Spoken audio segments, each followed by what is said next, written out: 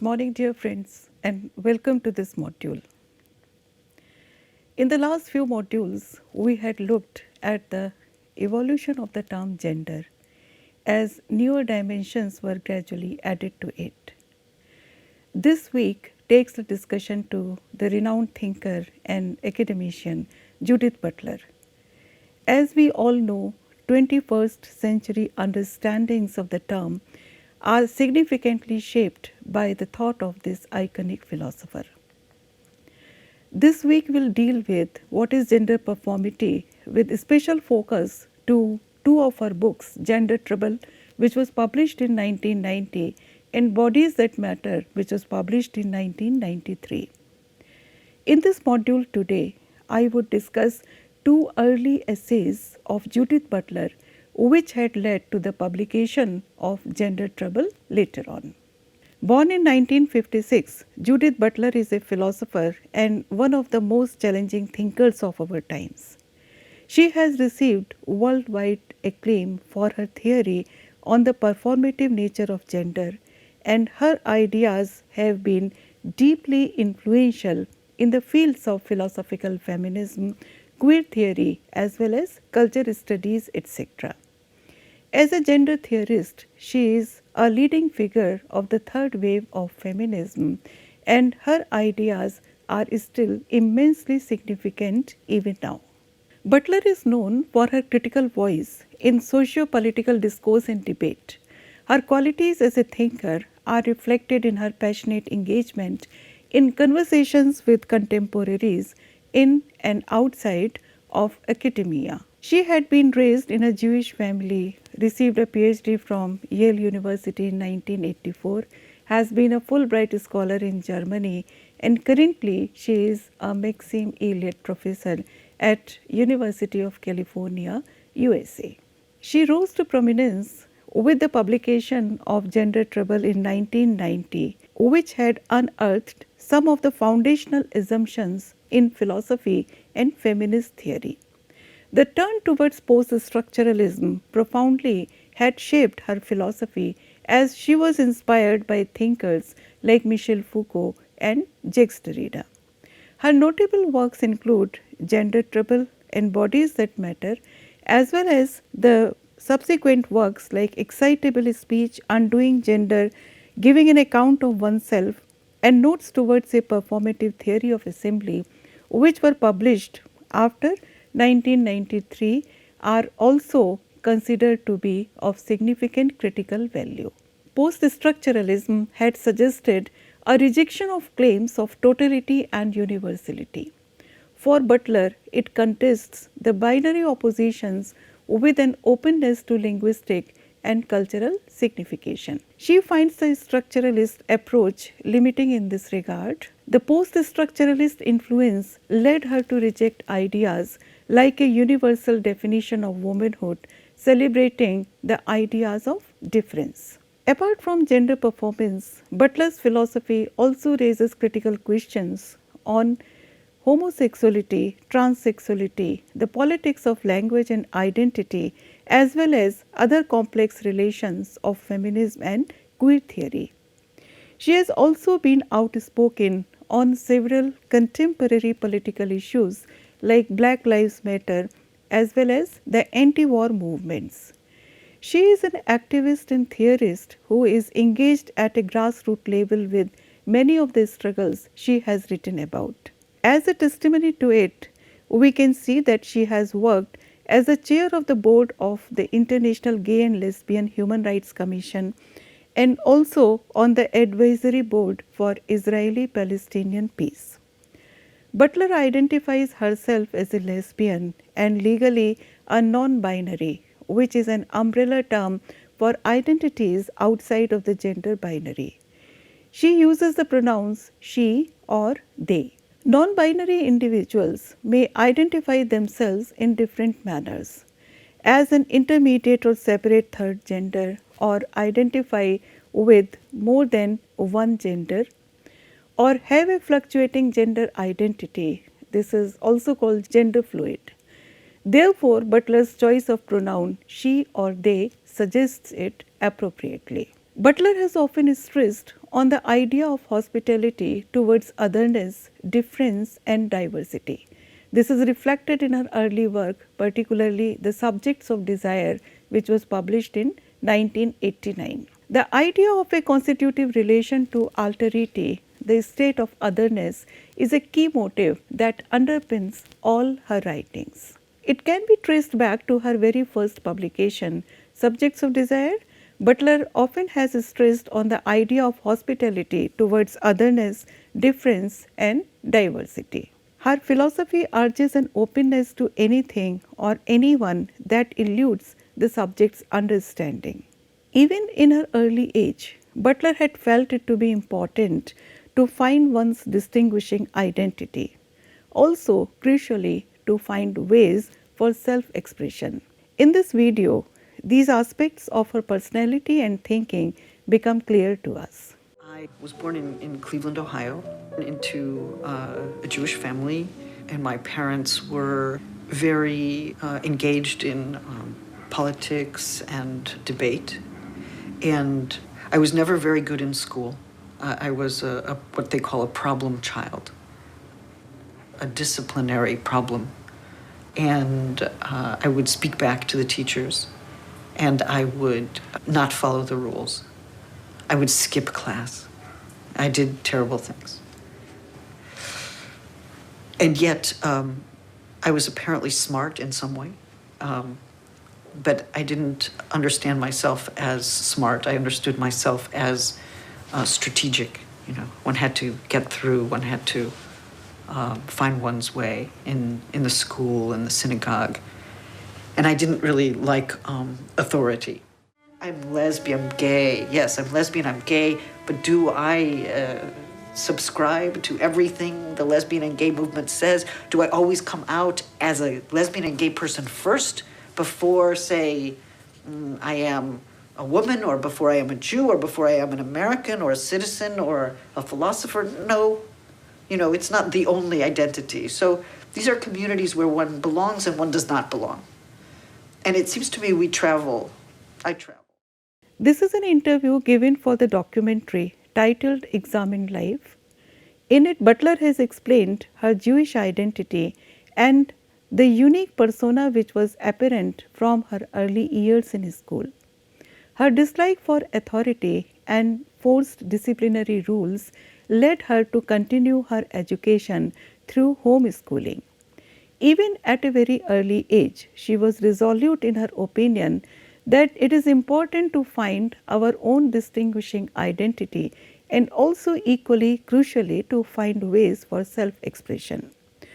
Although she has identified herself as a homosexual, she does not necessarily subscribe to all stereotypical notions surrounding an identity category. This module looks at the early essays of Butler. Today we shall be discussing two of them. The first is Variations on Sex and Gender in Beauvoir, Wittig and Foucault, published in 1985.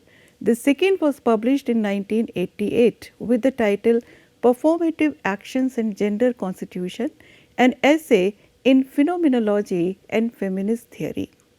These rare sets of texts are crucial to understand her major works, particularly The Gender Trouble in Bodies That Matter, which were published after some gap. The selected essays deal with Butler's reflection on Simone de Beauvoir and her magnum opus, The Second Sex, as well as her early descriptions on performative acts of gender. Butler's Gender Trouble is featured on countless reading lists in academic departments around the world. It is famous for its wide-ranging line of inquiry, unforgiving style, and abrupt shifts, which are widely lamented among its readers. Therefore, these lesser-read texts written by Butler before the year 1990 can be of great help. The first essay we are looking at is Variations on Sex and Gender in Beauvoir, Wittig and Foucault, published in 1985. Butler had primarily focused on the French feminist philosophy of Simone de Beauvoir, whom we have discussed in detail in the opening week of this course. In this essay, Butler takes a deeper look at Beauvoir's seminal book, The Second Sex, which was written in 1949, but the English translation had come out only in 1951 by Parsley. This essay attempts to decode the curious relationship between gender, sex, and culture. Butler reflects on two major ideas of Beauvoir featured in The Second Sex. The first is gender as a project, and second, body as situation. What is unique about the body is that it can both be the site of oppression as well as a means of escape. This notion is methodically explored throughout the essay in conjunction with Beauvoir's philosophy. Butler sees the second sex as potentially providing a radical understanding of gender. Butler reconsiders the famous quote, "One is not born but rather becomes a woman." Butler writes that this important formulation by Beauvoir distinguishes the terms sex and gender. And she suggests that Beauvoir's book suggests that gender is an aspect of identity which is gradually acquired. There can be no separable self growing outside of culture. Womanhood changes across time. Beauvoir had also seen gender as a project, and womanhood for her was never a settled matter. For both Beauvoir and Butler, there could be no separable self which precedes cultural involvement. Nobody can be an aloof thinker staring into life from the outside. Butler agrees with this idea, which had been proposed by Beauvoir, that the idea of womanhood changes over time and that gender is a project. Butler has said that gender is an incessant project, a daily act of reconstitution and interpretation. Gender is dislodged from sex. Gender and sex are cultural affairs. From Beauvoir's famous quotation, Butler asserts that there is a need to distinguish between natural and gendered identity, because what we become is not what we already are. The cultural interpretation of sexual attributes is differentiated from the biological features of our bodies. This existentialist position of Butler implies a greatly expanded role for human behavior. Butler suggests that both gender and sex seem to be thoroughly cultural affairs. These words of Butler were echoed in an essay that she wrote a decade later with the title of Merely Cultural. If genders are in some sense chosen, Butler asks, then what happens to the definition of gender and how is connected to the cultural interpretation of sex? Butler asks simply, how can gender be both a matter of choice as well as cultural construction? And she addresses Beauvoir's use of the word situation to describe the status of the body. How can the body be a means for re-articulation? Beauvoir proposed the term situation to define the body's positioning. Through our bodies, we can reinvent existing norms, customs, and expectations. Our bodies can challenge the norms we encounter, but we can also recreate these norms through our bodies. While never outside a social context, the body is also consistently active, and its social involvement can be experienced as a kind of oppression. But body's social involvement also grants a license for liberation through re-articulation or self-definition. Bodies, therefore, are both the site of oppression and the means of escape. In this early piece, Butler had already settled on his style, characterized by a readiness to tackle contradictory aspects of gender.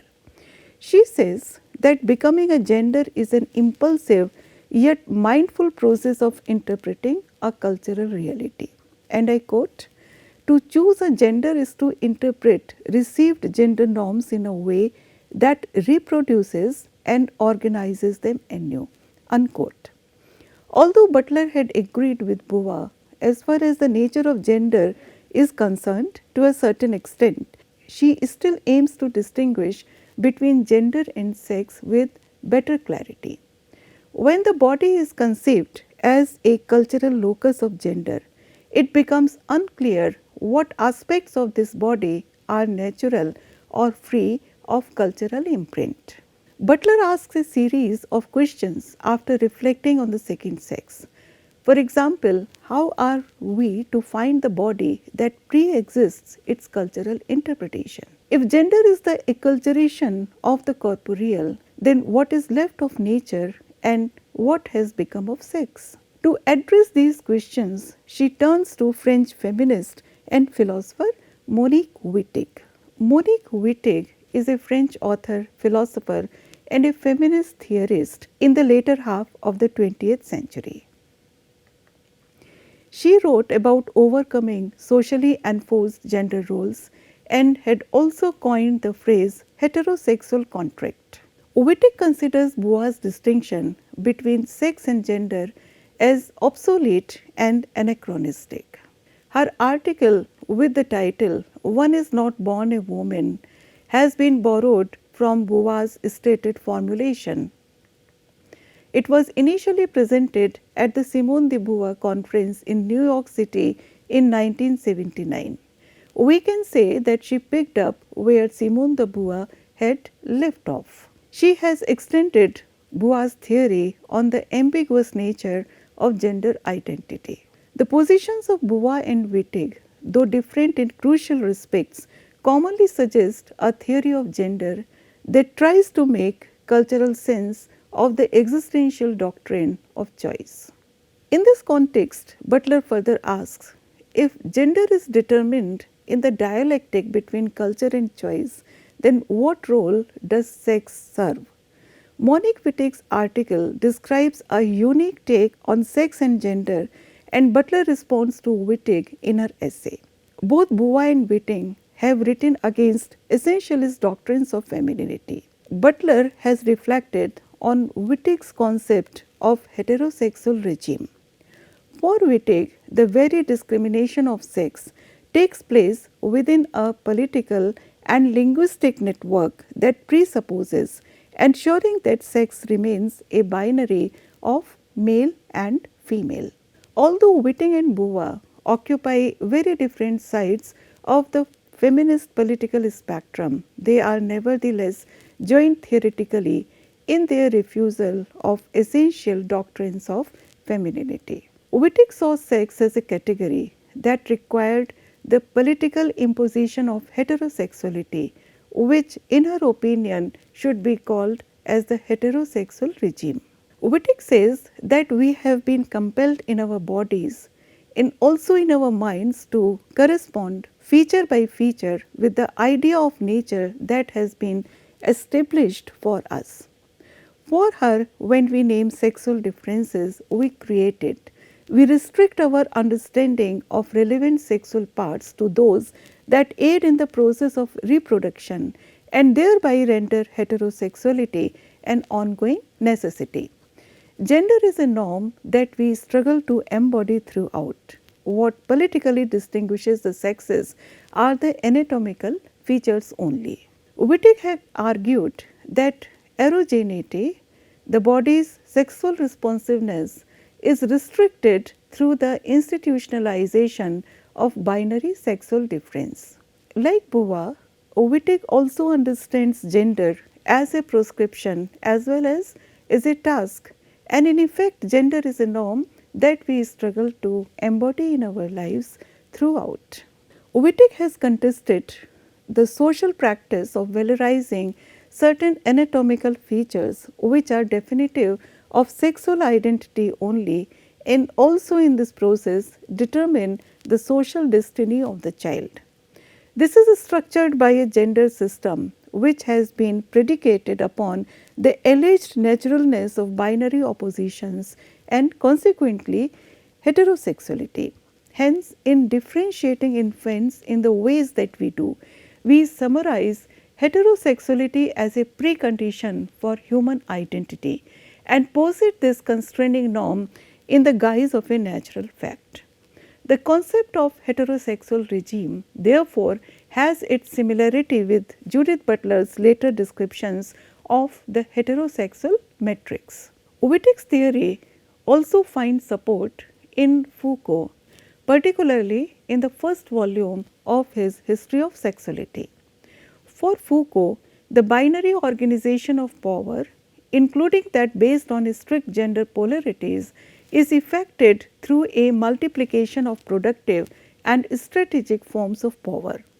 Although Butler agrees with the politics of compulsory heterosexuality that Wittig has propounded, she has also distanced herself from Wittig's vision of emancipation through a sexless society.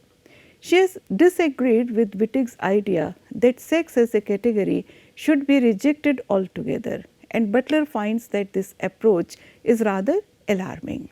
Wittig has also given certain examples to illustrate her perspective. She says that when a child is born, we do not ask what species or what type of earlobes does the baby have. Instead, we immediately ask about certain sexually differentiated anatomical traits, because we assume that those traits will, in some sense, also determine the social destiny of a child. For the emancipation from gender impositions at childhood, Wittig envisions a sexless society and argues that sex like class is a construct that must inevitably be overthrown. Butler finds this approach problematic. Butler comments on Wittig, and I quote, "On the one hand, Wittig calls for a transcendence of sex altogether, but her theory might equally well lead to an inverse conclusion to the dissolution of binary restriction through the proliferation of genders." Unquote. Wittig's strategy was more sweeping than Butler's. Rather than subversion, Wittig has argued for an end to sexual division itself. Butler argues that cultural innovation should be favored over myths of total elimination of sex. In other words, Butler believes that a newfound creativity is required for fruitful gender politics, rather than a myth of rising above all distinctions. The similar arguments are carried forward with a richer critique in the second essay also. The second essay was published in 1988 in Theatre Journal with the title Performative Acts and Gender Constitution, an essay in phenomenology and feminist theory. It makes the seminal argument which had brought Judith Butler to the spotlight among contemporary philosophers. The central argument of this essay is that gender identity is a performative accomplishment compelled by social sanctions and taboos. The arguments presented in this essay were instrumental and paved the way for her famous work Gender Trouble, which was published 2 years afterwards in 1990. It is through this essay that Butler has made her celebrated argument that gender is a performative act that is socially and historically constructed. This essay is divided into 3 parts. The first is sex/gender, feminist and phenomenological views. The second is binary gender and the heterosexual contract.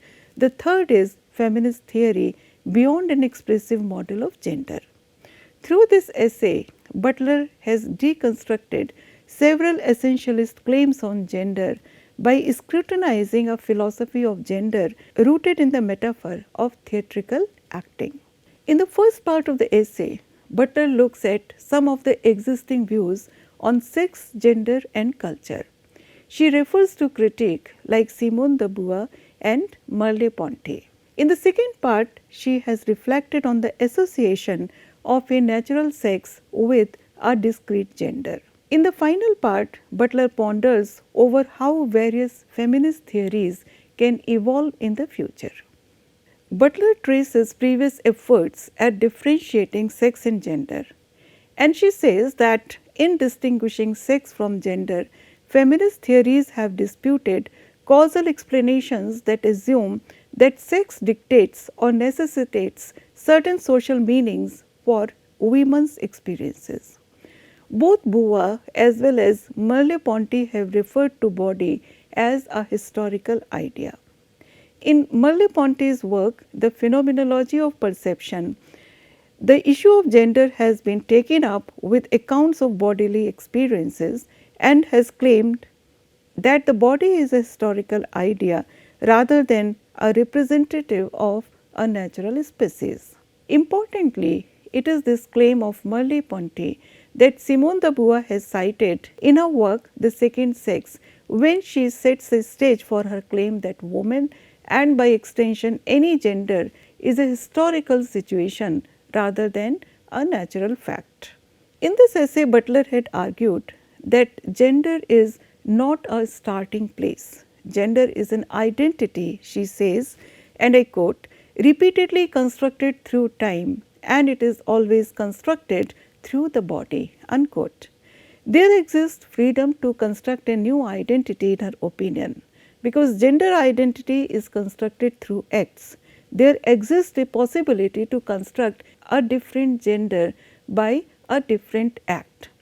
Butler has also tried to show that naturalized conceptions of gender might be understood as constituted and therefore capable of being constituted differently. It is also important for us to distinguish between the theatrical acting and gender performativity. The strong presence of a shared social structure heavily influences individual performances, but Butler has differentiated between an actor's act on the stage and a performative act within the society. Butler's essay introduces the idea of theatrical acting to contrast the actor's act and the performative act. While actors are aware that they are acting, the performing gender is not fully aware of its performance. We take our gender as natural and forget that it is naturalized through performative acts. Butler argues that bodies become gendered through a legacy of sedimented acts which are reified over time. Performative acts which construct gender may also appear as a personal choice, but they always work within the existing frameworks of cultural sanctions in shared social structures. Butler has rejected gender as coming from any internal essence or any predetermined structure. Performative acts include both habitual acts of the individual as well as the accumulation of gender norms. Gender is instituted, according to Butler, through the stylization of the body. If gender is instituted through acts which are internally discontinuous, it can still show an appearance of substance. A performative act is considered an accomplishment when the mundane social audience, including the actors themselves, come to believe in their own performances. Constituting an identity through stylized repeated acts then has the capability to create a strong and compelling illusion. To overcome this, Butler is calling for a genealogy of gender which relies on a phenomenological understanding of performative acts. According to Butler, gender is an identity tenuously constituted in time, an identity instituted through a stylization repetition of acts. The mundane ways in which bodily gestures, movements and enactments of various kinds constitute the illusion of an abiding gendered self. Decoding this appearance of gender would reveal a constructed identity. In the second part of this essay, Butler has acknowledged the existence of an agency which constructs the binary gender system as determinate. By putting gender into binaries, we are forced to do gender in polarity. By naturalization of gender binaries, anything outside of this heteronormative lens will get ostracized in social dialogues as well as discourses. The performance is effected with the strategic aim of maintaining gender within a binary frame, as Butler has remarked. For Butler, genders can be neither true nor false, neither real nor apparent. When this essay was written in 1988, it was a radical argument to make, when anything outside of heterosexuality was considered to be a taboo. Individuals who were not heterosexual had to hide their sexuality from the public, or they had to adopt asexuality as a defensive strategy. Culture then punished or marginalized those who failed to perform the illusion of gender essentialism.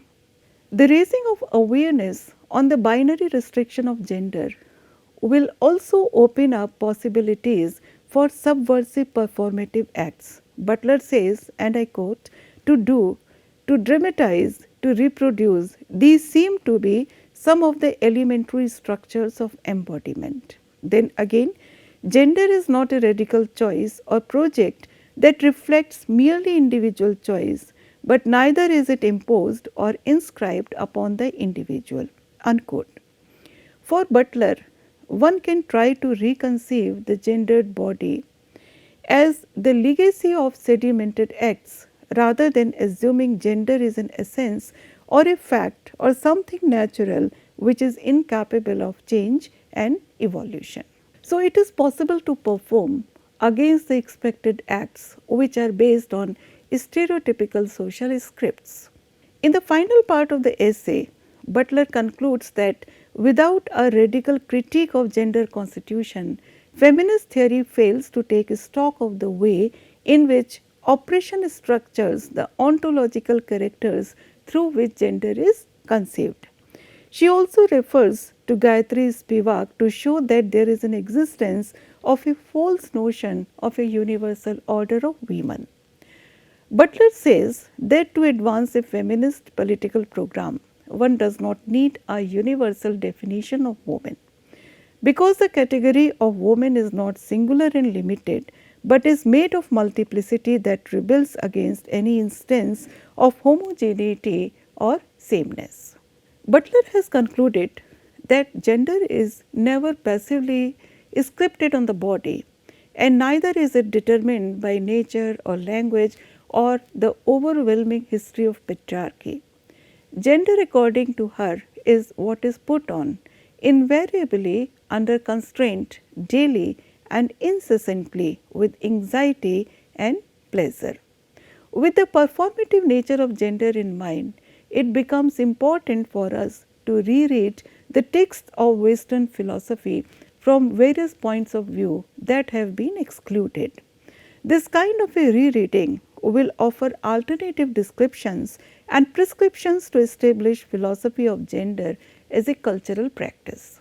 So, we can see that these early essays are helpful by giving a foundation to understanding Butler's chief contributions to gender studies in the 1990s. In the next two modules, we will be looking at Butler's first major critical work, Gender Trouble, in detail. Thank you.